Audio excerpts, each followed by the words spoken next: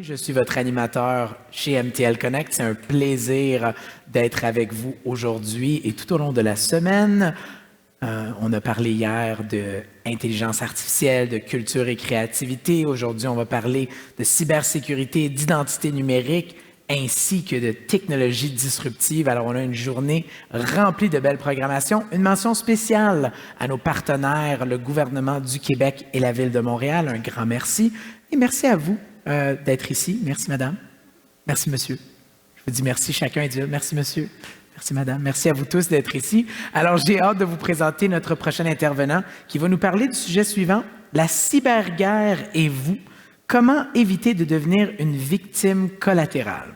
Alors, il est le Chief Scientific Officer chez CIDEF. Sans plus tarder, j'aimerais inviter Antoine Lemay.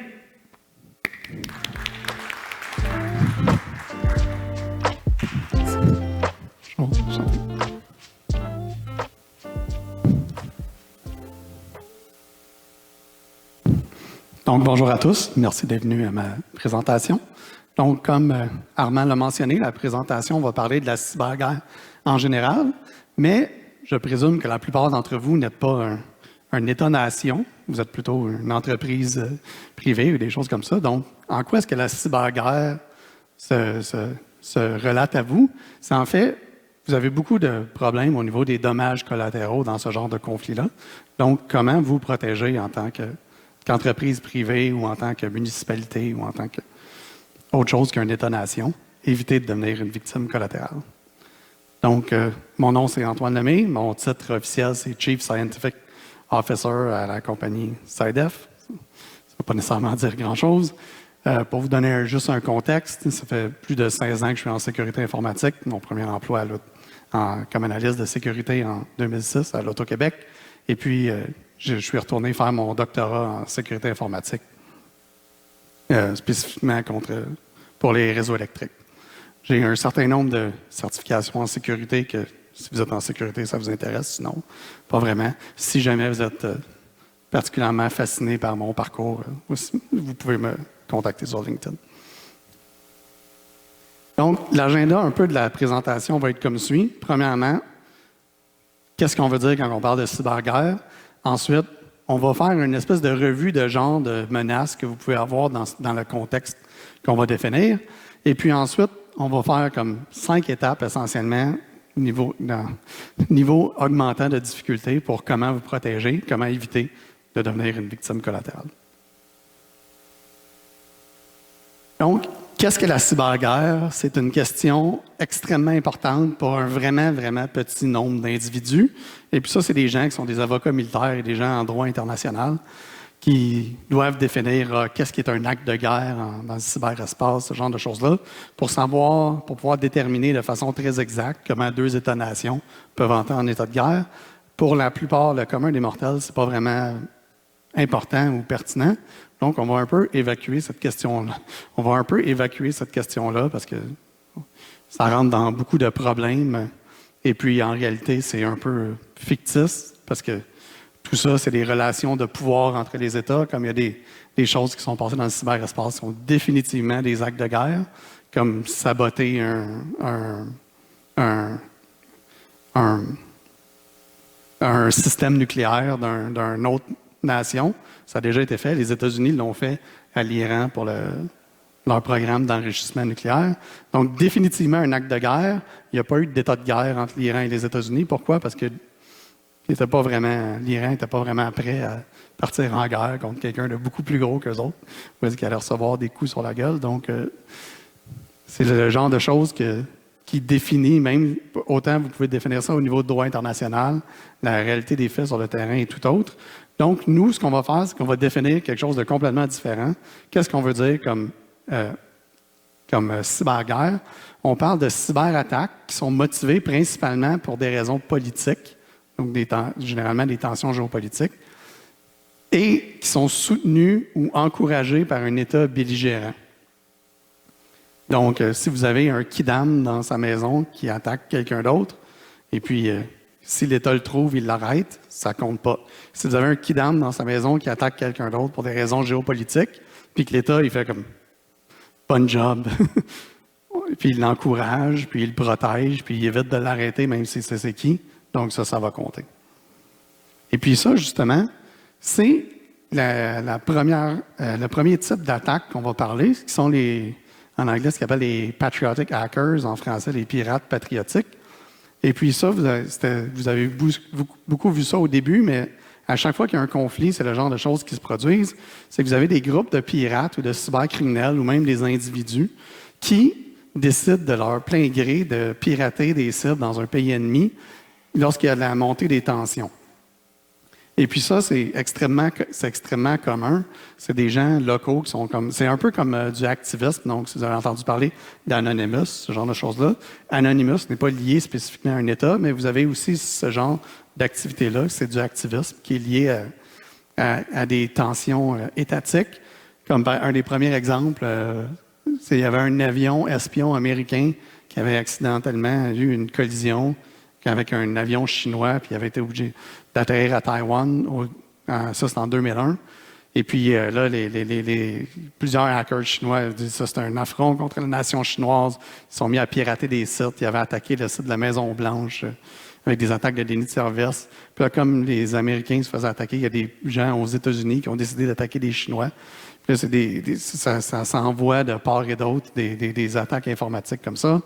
C'est aussi extrêmement courant à chaque fois qu'Israël a des relations avec la bande de Gaza. Donc, des hackers palestiniens vont se mettre à pirater des sites de banque en Israël. Les Israéliens vont dire « Ah ouais, vous pouvez faire ça, nous, on peut faire d'autres choses. » Et puis ça les conflits commencent faibles, puis là, à mesure que ça avance, ça escalade.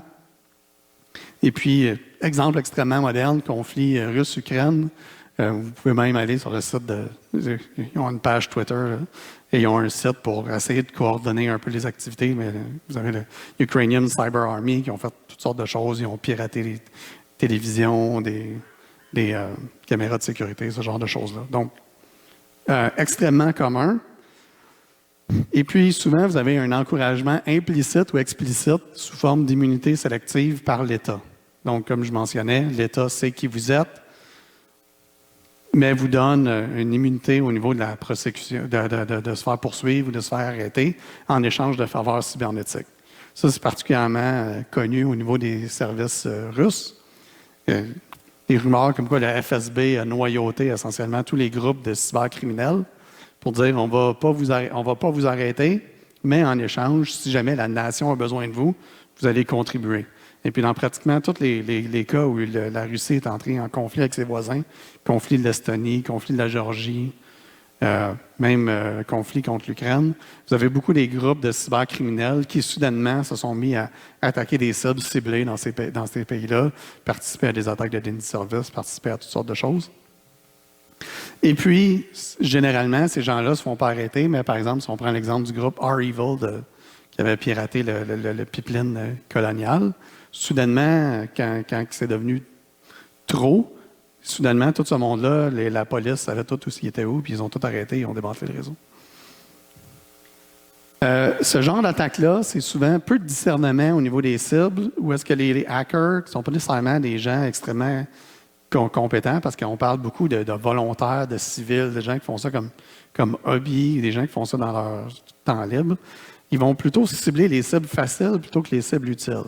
Et souvent, ils n'ont pas nécessairement une bonne connaissance de où est-ce que les choses s'en vont. Ils font peut-être comme, cette cible-là est dans le pays général ou est dans un pays que j'associe à l'autre pays, ou je me suis trompé, j'ai fait 2 minutes de Google, puis j'ai trouvé une cible. Donc, ces gens-là vont attaquer des cibles un peu aléatoires. Et ça, c'est une des sources principales du fait que les gens peuvent se retrouver en cible collatérale. Donc, ça, c'est le premier niveau. Au niveau du conflit, ça, on parle généralement juste de tensions géopolitiques.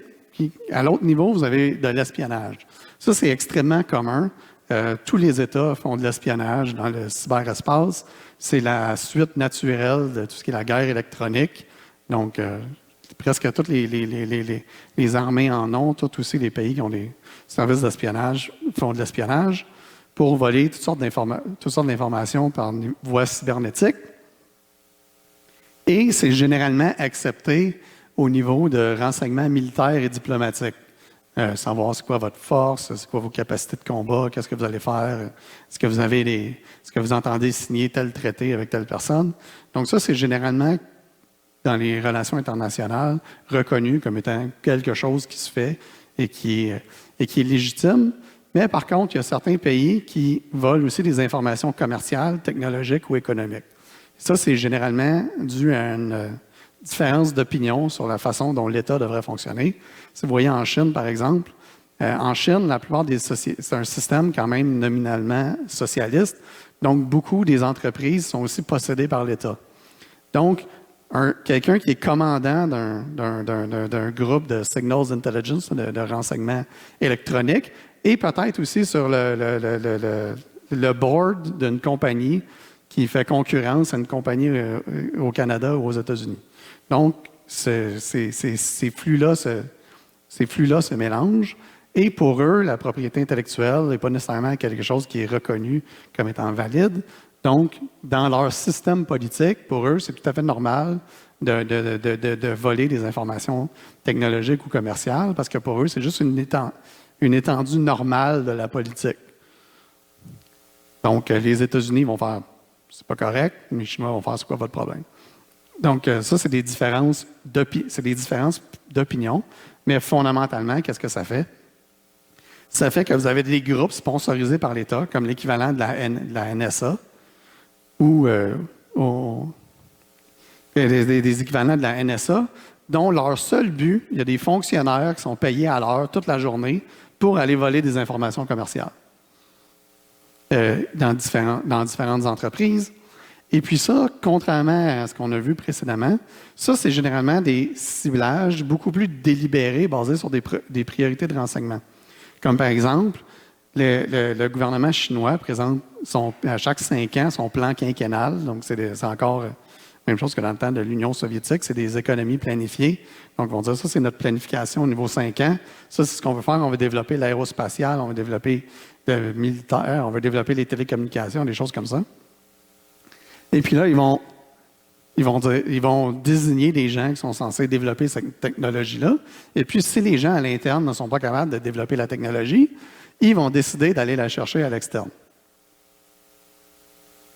La Russie aussi, qui pendant longtemps, qui a une tradition dans le temps que c'était l'URSS, d'avoir des sanctions, d'avoir des blocages au niveau de la technologie, fait aussi ce genre de choses-là, information technologique.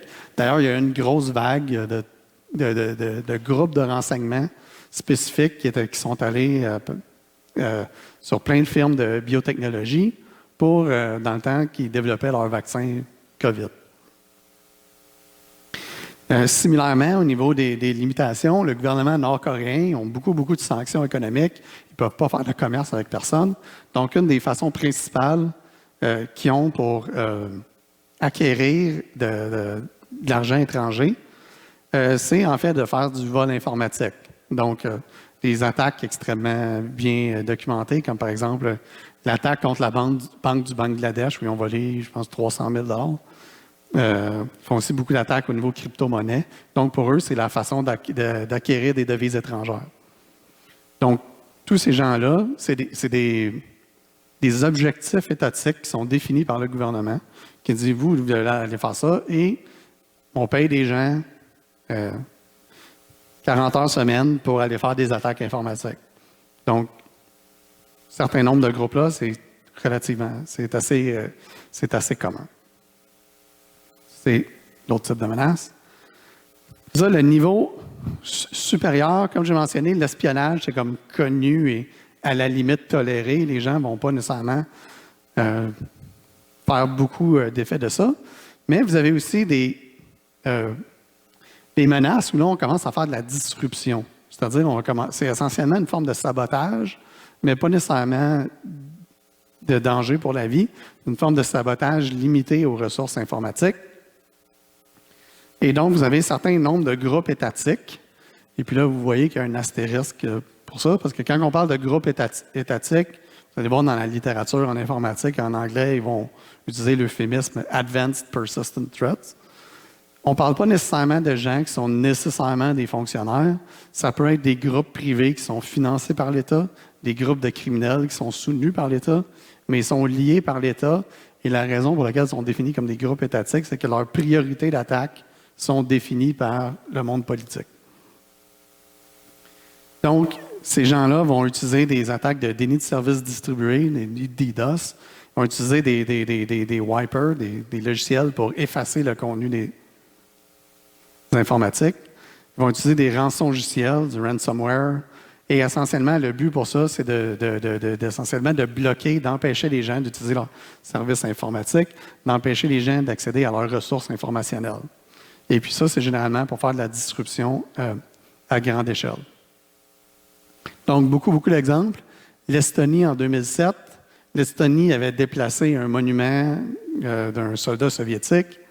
Il y avait des tensions entre la Russie puis l'Estonie. Et puis, soudainement, ils sont mis à avoir une série d'attaques de déni de services distribués sur tous les sites gouvernementaux, les sites bancaires. Les gens ne pouvaient plus retirer de l'argent parce que l'Estonie était particulièrement connectée. Beaucoup de choses étaient purement électroniques. Donc, les gens ne pouvaient plus retirer de l'argent.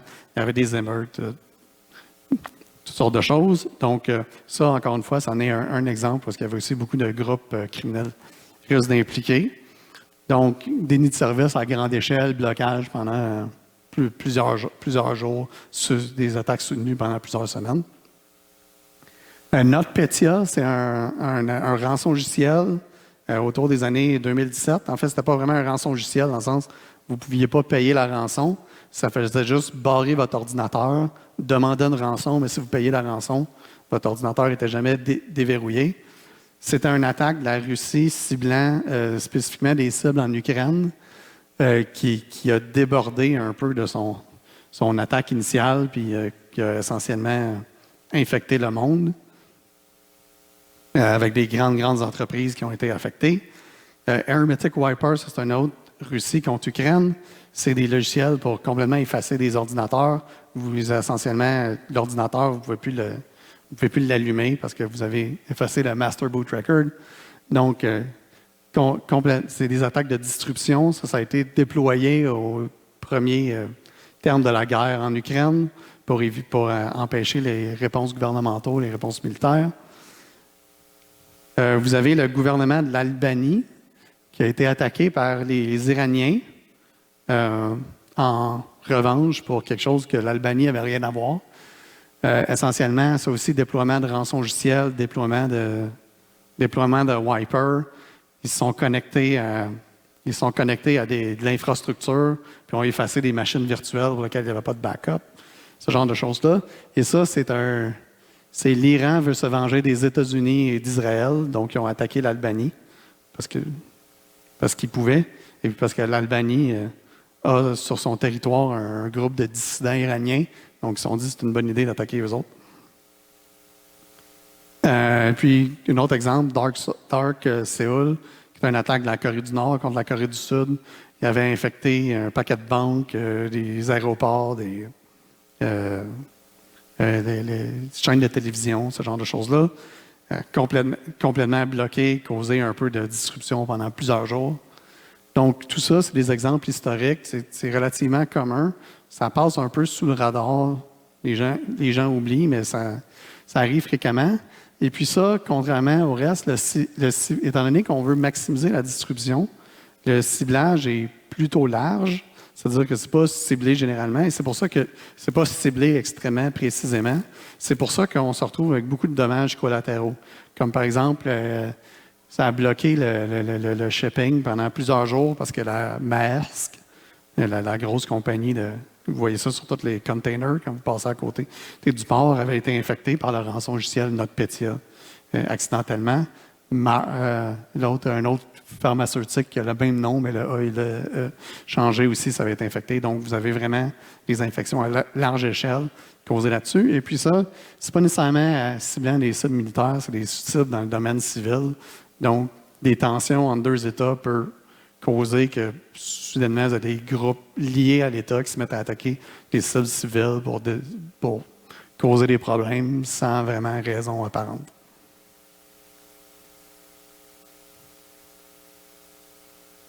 On va dire le dernier niveau d'escalade, quand la température est à son maximum, on parle aussi de sabotage d'infrastructures critiques. Donc, c'est un peu le même genre de procédé qui est vu précédemment pour la disruption, mais là, ils vont se mettre à cibler spécifiquement des infrastructures critiques pour causer des dégâts dans le monde physique. Donc, Black Energy, c'est l'attaque sur l'Ukraine en 2015, où est-ce qu'il avait activement fermé les disjoncteurs, il avait causé un blackout dans quelques régions de l'Ukraine. Au début du conflit de l'Ukraine, la Russie récemment, la Russie avait attaqué Viasat, qui est une compagnie américaine de communication satellite, puis l'avait mis par terre parce que les Ukrainiens utilisaient ça pour leur système de commandement et contrôle pour leur armée. Donc, ils l'avaient mis par terre pendant quelques jours. Vous avez la guerre Predatory Sparrows, c'est le groupe que les gens généralement associent à l'Israël, qui attaque des cibles en Iran. Vous pouvez voir des vidéos où est-ce que vous avez un sabotage d'une fonderie.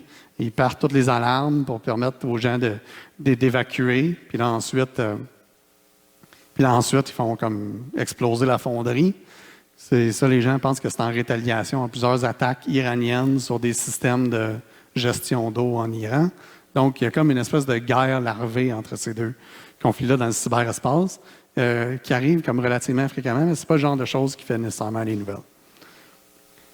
Et puis, ça, si vous êtes dans le domaine civil, c'est généralement pas quelque chose qui vous affecte, à moins que vous opérez une infrastructure critique, parce que les dégâts sont généralement extrêmement ciblés.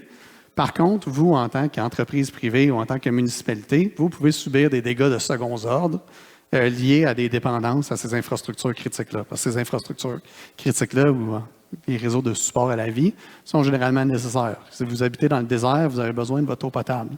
Vous avez besoin de votre électricité pour opérer. Et puis, l'exemple, c'est par exemple ici d'un magazine de Power, que l'attaque de Viasat dont j'ai parlé, ça apparaissait à peu près 11 gigawatts de turbines en Allemagne, parce que ces turbines-là, pour leur système de contrôle, ils utilisaient le système satellite qui avait été attaqué dans le cadre de la guerre en Ukraine. Le problème de ça, spécifiquement, c'est dans la société civile, vous êtes une ville, vous êtes un gouvernement pas national, c'est que généralement, c'est un combat inégal. Vous avez les ressources d'un État qui sont directement ciblées vers vous. Alors vous allez vous dire, je vais demander, je vais avoir par contre l'aide de mes tierces parties, je vais avoir l'aide de mon État national à moi, ou je vais avoir l'aide de ma compagnie d'assurance, des choses comme ça. Votre État spécifiquement, si vous n'êtes pas en état de guerre, et c'est là que la partie au début de la définition devient importante, si vous n'êtes pas en état de guerre, c'est très difficile pour le gouvernement d'intervenir. Vous avez vu avec la situation des camionneurs à Ottawa à quel point ça a été problématique. Donc, l'État, c'est très difficile pour eux d'intervenir. Et puis, votre compagnie d'assurance n'aime pas vraiment payer les primes d'assurance. Donc là, en ce moment, il y a un gros combat. Entre les compagnies d'assurance et puis leurs clients pour dire comme ouais, mais les actes de guerre, ce genre de choses-là, c'est pas inclus dans votre police d'assurance. Et puis ça vient principalement d'un conflit suivi de NotPetya qu'on a parlé comme disruption majeure. Merck, qui est la compagnie pharmaceutique, avait réclamé une prime de 1,4 milliard de son assureur pour le paiement de la cyberassurance. Le cyberassureur ne voulait pas payer. Donc, NotPetya 2017, l'article en haut, c'est le commencement de dire que c'est la compagnie d'assurance puis la compagnie qui se poursuivent. Donc, 2017, 2019, Merck poursuit sa compagnie d'assurance. 2022, en janvier cette année, la Cour a tranché pour dire que la compagnie devait payer. Donc, la plupart des compagnies ne peuvent pas survivre 5 ans avec un trou d'1,4 milliard dans leur budget. Donc, c'est déjà très compliqué. Et puis maintenant, qui ont été obligés de payer, vous voyez, Lloyd, qui est la compagnie qui est en arrière de beaucoup des politiques de cyberassurance, force tous ces gens qui vendent l'assurance à exclure ce genre de conflit-là. Donc, à mesure que les tensions géopolitiques augmentent, les assureurs trouvent que c'est de plus en plus un problème, donc ils refusent de payer. Donc, les gens sont généralement un peu laissés à eux-mêmes face à ce genre de menaces-là. Donc, qu'est-ce que vous pouvez faire? 5 étapes en ordre croissant de difficulté, puis en ordre croissant de retour sur investissement, sur qu'est-ce que vous pouvez faire concrètement. Première étape, c'est d'avoir une bonne hygiène de cybersécurité. La plupart des gens qui ont des problèmes ont aussi le même genre de problème au niveau du piratage informatique commun. Donc, si vous ne faites pas la base, comme limiter l'exposition de vos services, donc utiliser des pare-feux, avoir appliqué vos correctifs logiciels, en particulier pour ce qui est des serveurs qui font face à l'Internet, avoir des antivirus à jour, utiliser une authentification 2 facteurs, ce genre de choses-là qui sont des trucs de base. Ils donnent aussi une excellente protection contre les attaques non ciblées, vont vous protéger de la plupart des dégâts collatéraux qui vont arriver dans un contexte qui ne sont pas nécessairement extrêmement sensibles, comme par exemple quand on parle des pirates patriotiques, ou est-ce qu'ils font des attaques non ciblées qui attaquent les cibles qui sont faibles, les cibles qui sont capables d'attaquer, non pas des cibles qui sont ciblées militairement. Ça va vous défendre comme ça. Et ça va vous défendre aussi beaucoup de problèmes au niveau des attaques de disruption. Et l'exemple typique, c'est NotPetya, là, le truc qui a coûté 1,4 milliard à ma compagnie d'assurance. C'était une attaque qui se promenait sur le partage de fichiers Windows, donc SMB, sans aller dans trop de détails. Ce n'est pas le genre de choses que vous êtes censé exposer à l'Internet, mais la raison pour laquelle l'attaque a sorti de sa cible initiale, qui était une cible ukrainienne, c'est parce que la plupart des gens ne suivaient pas ces règles de base-là de sécurité. Donc, étape 1, avoir une bonne hygiène de base de sécurité. Étape 2, vous pouvez vous renseigner. Donc, ça, en fait, c'est faire de la vigie générale au niveau de la gestion de risque. Vous pouvez vous tenir au fait des tensions géopolitiques. Qui est en train d'attaquer qui, pourquoi? La plupart des gens, surtout dans le domaine technologique, font comme les nouvelles, c'est pas mon affaire, c'est à l'extérieur. Moi, je fais mon affaire, puis je n'ai pas besoin de me préoccuper de ça. En réalité, ça affecte votre risque. Donc, vous avez besoin de vous préoccuper de ça. Et vous pouvez aussi suivre la plupart des groupes financés par les États. Vous avez plusieurs documents. Presque toutes les compagnies de sécurité vont publier des rapports sur tous ces groupes d'attaques ciblées-là. Pourquoi? Parce que c'est du marketing exceptionnel. Donc, les gens, qu'est-ce qu'ils vont faire? C'est qu'ils vont utiliser leurs dollars de marketing pour financer des chercheurs en sécurité qui vont publier ce genre de rapport-là pour leur donner de la crédibilité. Donc, vous avez extrêmement de détails sur tous ces groupes d'attaques ciblées-là. Dans la plupart des cas, vous pouvez aller vraiment profondément dans la recherche pour tout ce genre de choses-là. Et puis ça, encore une fois, c'est pour ultimement essayer d'estimer votre risque d'affaires. Est-ce que vous êtes une cible pour l'espionnage? C'est-à-dire, êtes-vous dans le plan quinquennal chinois? C'est le genre de choses qu'ils vont vous dire.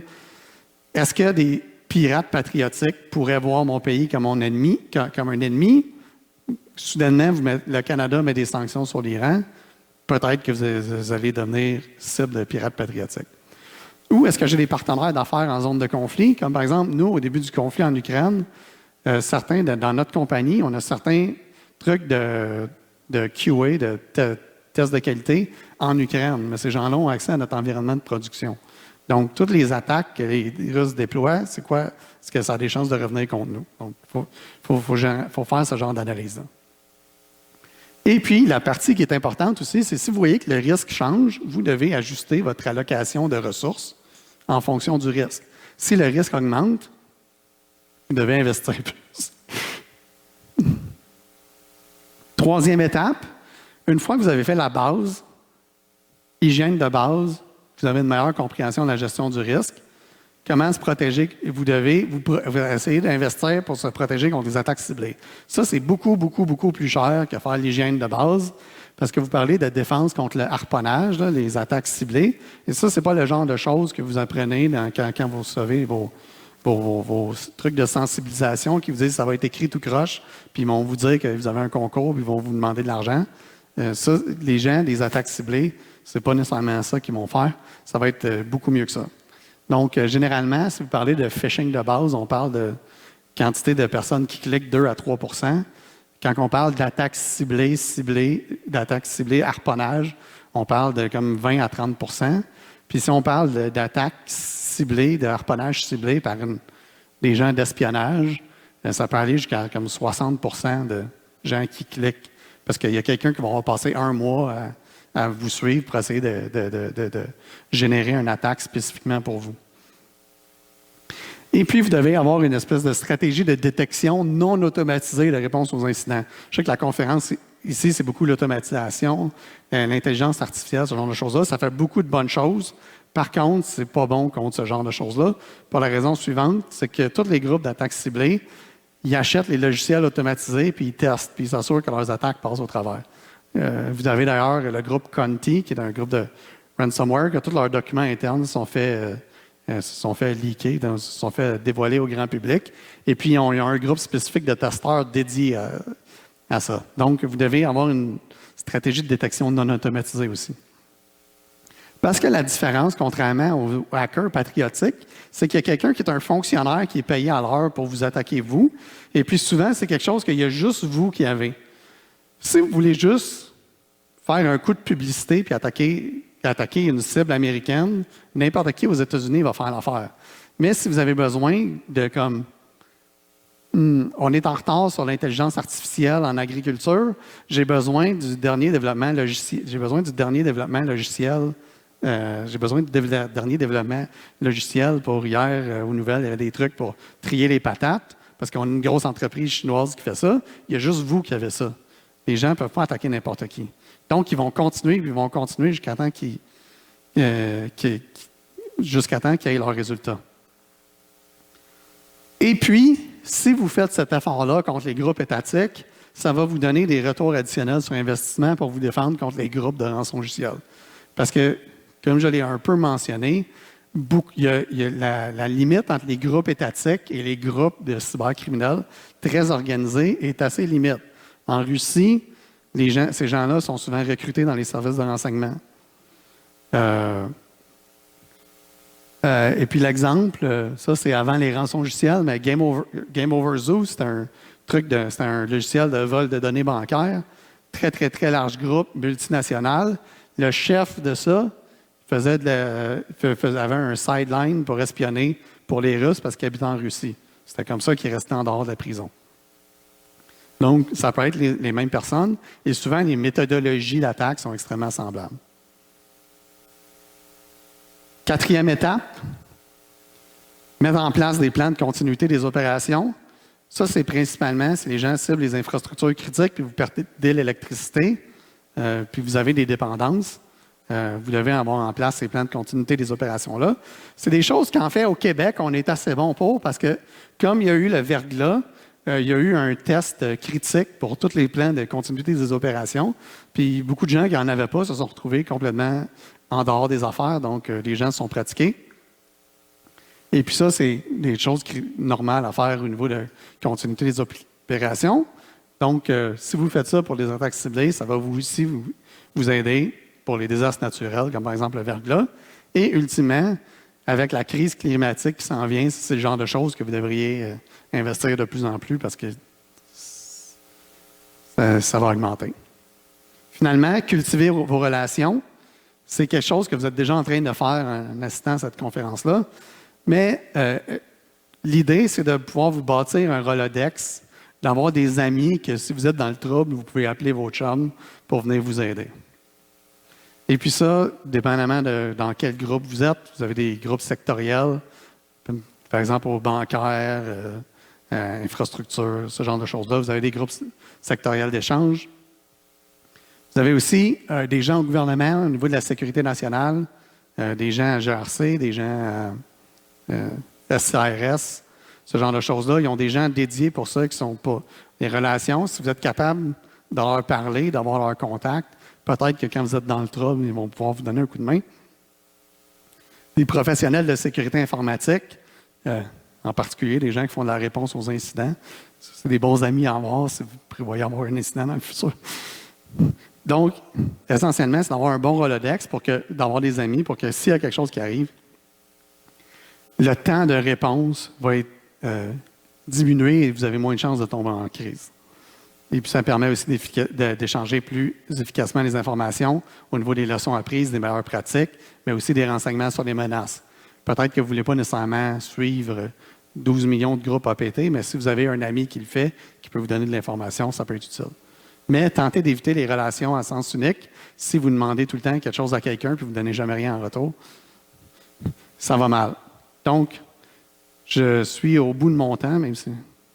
Donc, je vais juste conclure un peu les résumés.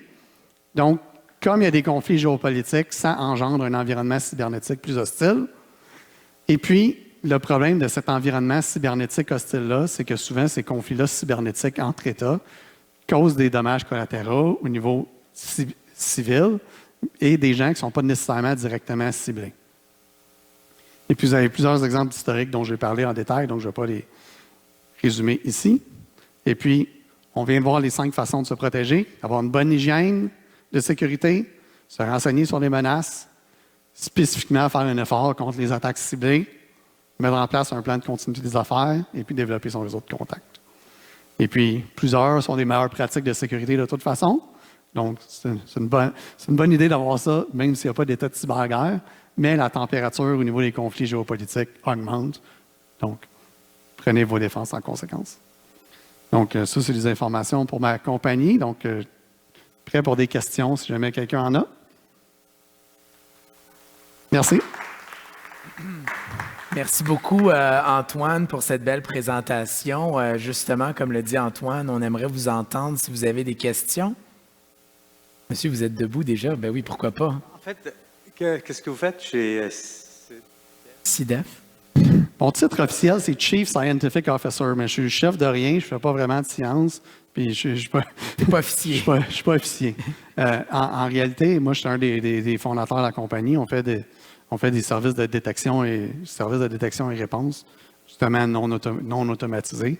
Et puis, moi, j'ai organisé des opérations, donc je suis le lead sur les opérations, mais quand on est une start-up... On porte plusieurs chapeaux. Ouais, on porte tous les chapeaux, donc je fais aussi des supports pour les ventes, des trucs de marketing. Donc, Fadwa. C'est quoi la place du Canada dans l'échiquier mondial au niveau de la cyberguerre? C'est une question un peu compliquée parce qu'en réalité, on est une puissance, on va dire, profondément moyenne, si on veut être poli.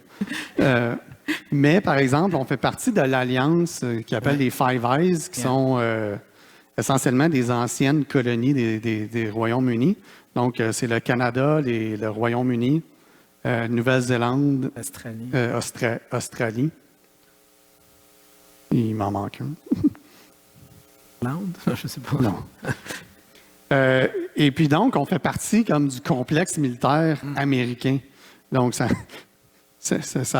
cause même genre d'ennui. Puis l'autre problème aussi, c'est problème ou solution, dépendamment de votre point de vue, c'est qu'on fait partie aussi de l'OTAN. Ouais. Et puis tous les conflits qui impliquent l'OTAN, comme par exemple, on est adjacent à la conflit entre l'Ukraine et la Russie. Donc, la Russie considère que l'OTAN, c'est son ennemi principal. J'ai mentionné que l'Iran avait attaqué l'Albanie comme en détail, mais l'Albanie, c'est un pays de l'OTAN. Et puis là, c'est là que les définitions de cyberguerre peuvent être problématiques parce qu'il y a comme un article dans la déclaration de l'OTAN, en anglais, qui est l'article 5, qui est essentiellement la défense collective. C'est-à-dire si un pays est attaqué, tous les gens de l'OTAN rentrent en guerre dessus. Et puis là, l'Albanie est comme, je pense que je vais invoquer l'article 5 parce que l'Iran m'a attaqué. Donc là, soudainement, tu deviens accidentellement impliqué en guerre contre l'Iran, contre ton gré. Mais c'est sûr que là-dedans, il y a tout le temps des trucs internationaux. Là. Je parlais tout à l'heure de la définition. Là. C'est clairement, il y a quelqu'un qui a parlé à l'Albanie comme genre, hey, on a d'autres priorités que d'être en guerre contre l'Iran. Fait que expulse les diplomates, on va commencer par ça, puis on verra pour la suite. Merci, Fadwa. Votre nom et votre question. Je m'appelle Valentine et merci pour la présentation, c'était super intéressant. On a plutôt parlé de cybersécurité en matière infrastructure ou comportement humain. Moi, je me demandais quels conseils vous pourriez donner sur la cybersécurité applicative. Donc, en gros, quels conseils vous pourriez donner aux développeurs et aux développeuses pour développer de façon plus sécurisée? Ça, c'est compliqué. C'est pas nécessairement applicable à tout. Donc, la plupart des pirates patriotiques n'ont pas nécessairement le talent pour trouver des vulnérabilités applicatives dans votre situation. Les autres, définitivement, oui. Il n'y a pas de conseil, il n'y a pas nécessairement de conseil particulier, outre que les trucs typiques de Security Development Lifecycle. Donc, assurez-vous d'avoir des bonnes définitions, faites du test. Donc, le test, c'est très important. Mais surtout si vous êtes développeur, assurez-vous aussi d'avoir tout le reste des choses parce que une des façons les plus faciles de trouver des vulnérabilités logicielles, très difficile de trouver des vulnérabilités logicielles sur du code compilé, beaucoup plus facile sur du code open source. Donc, qu'est-ce qu'ils vont faire souvent, c'est qu'au lieu d'aller tenter de trouver des failles dans le code compilé, ils vont attaquer directement le développeur puis ils vont aller leur voler le code source. Donc, c'est important aussi de faire la suite, mais sinon, de façon générale, Security Development Lifecycle, toutes les bonnes pratiques, les mettre en place. Merci Valentine pour votre question. Merci Antoine pour votre réponse. On applaudit Antoine Lemay. Encore une fois, merci beaucoup. Merci Antoine. Beaucoup. Alors, ceci met fin à nos séances de cet avant-midi. On vous invite à aller dîner, mais juste avant d'aller dîner, à midi, donc dans 3 minutes, je vous invite à aller à l'étage 0 pour découvrir une prestation des 7 doigts de la main. Alors, une prestation cirque qui vaut absolument la peine de découvrir. Ça va être à midi et également à 17h à l'étage 0. Sinon, à 15h au Dôme, aujourd'hui, Startup Montréal. Alors ça aussi, c'est à l'étage 0, fait une présentation des différentes startups de l'association Startup Montréal. Demain, dans le Dôme à 15h15, Philippe Longchamp de la Suède, qui a été nommé le meilleur enseignant du monde, tout un titre, sera dans le Dôme et nous fera une présentation aussi qui vaut la peine de découvrir. Et ce soir, à 17h, il y a un 5 à 7 présenté par notre partenaire, la firme Nationale, ici, dans le Studio 2, à partir de 17h. Et demain, à 17h30 environ, il y a un autre 5 à 7 qui s'appelle le Café sénégalo-belge et qui nous offrira une grande quantité de marques de bière belges à déguster. Ça semble comme un bon rendez-vous. Moi, je vais y être. J'espère que vous allez y être aussi. Alors, c'est tout pour l'instant. On se retrouve à partir de 13h15 pour notre prochaine conférence. Merci. À tout de suite.